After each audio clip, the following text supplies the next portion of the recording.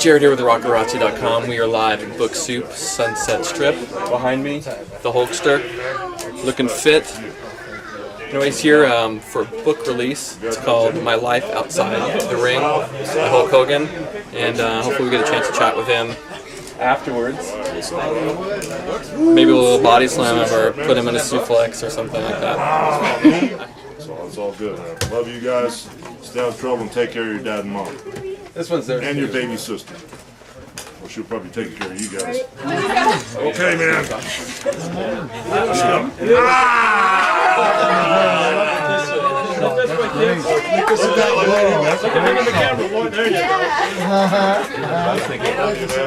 No doubt, man. Represent, rocking the colors. Yeah, got it. Beautiful thing, man. What are you going to do with the signature over there, man? I'm gonna get that tatted too. Dang, man. We stood on the other arm, man. Let's sync that thing up, man. You can do it like that. Okay, I'm there. Just right underneath it? Right underneath it. Back right. Oh, the whole back, right, Jimmy? Yes, sir. Well, that's going to be painful. Oh, Ted. Painful, No, Ted brother. still hurt after. That needs to be a red. Got it, brother? No doubt, man. Sweet. Thank you so much. Hooked up. Well, I'm Out of hooked your up. mind. You're crazy. Hey man, can check that out? Yeah, go for it, dude. Okay, so that's the real one right there. That's the real one, and this is the one that's about to be. Is the one that Hogan just did. When did you get the Hulkamania tat? About 2 years ago. So usually everybody asks, like, is that real? I go, no, it's a birthmark. You fucking idiot. Of course it's real. And so let me see. So the signature, so that has to go on soon. Tonight? Yeah, it's going on tonight. I already called my tattoo artist, and she's like, yeah. She's supposed to be here too, because her boyfriend's a big Hulk Hogan fan. So I was like, get the machine ready. So you got to be just a mega fan. I mean, from the beginning, or? Pro wrestling, I've been watching it since I was 2. I mean, I got a picture of me when I was. I mean, to prove it, it's funny because I just carried it because I wanted to show my girlfriend. But I actually have a picture of me as 4 years old doing a Hulk Hogan pose with the action figures in the background. That's a classic. So it's just my whole life, this is been waiting for that moment like since I was 2. I mean, my first wrestling event was WrestleMania 2. My mom took me.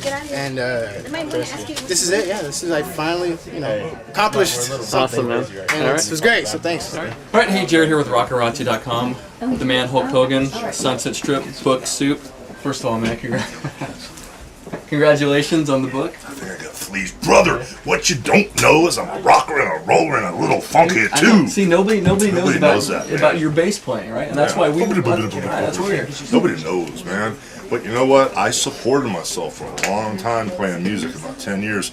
Anything to avoid a real job. That's kind of how I rolled into wrestling. It's another way to beat the system. But yeah, music's in the blood, and my daughter's carrying on. And my manager, Jimmy Hart, in the Mouth of the South, had a hit song, "Keep on Dancing," #1.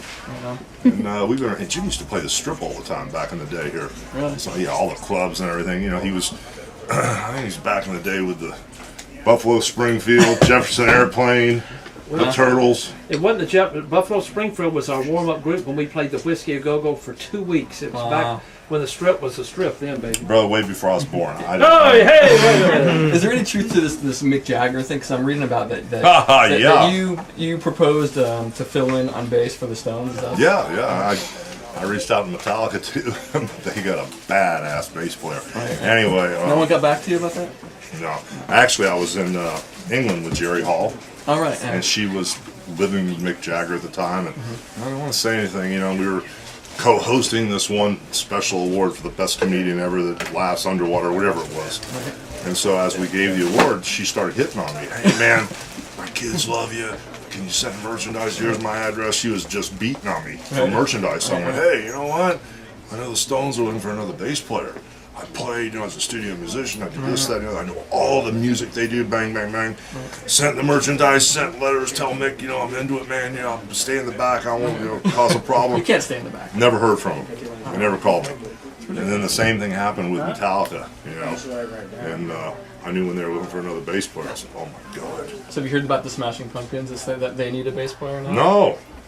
I have no Maybe idea. we can facilitate this. I know, man. If you want anything you want to sell Billy Corgan if he's watching this? The Pumpkins, man. I'll come out and hook up. I'll break out the Roto Sounds and the old Fender Precision and the jazz bass.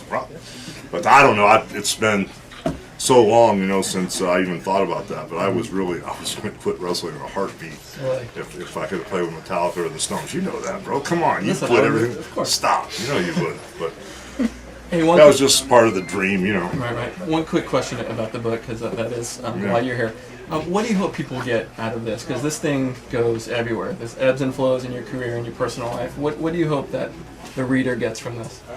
Well, you know, at the end of the day, a lot of crazy stuff happened in a short amount of time that I had no idea was going to go down.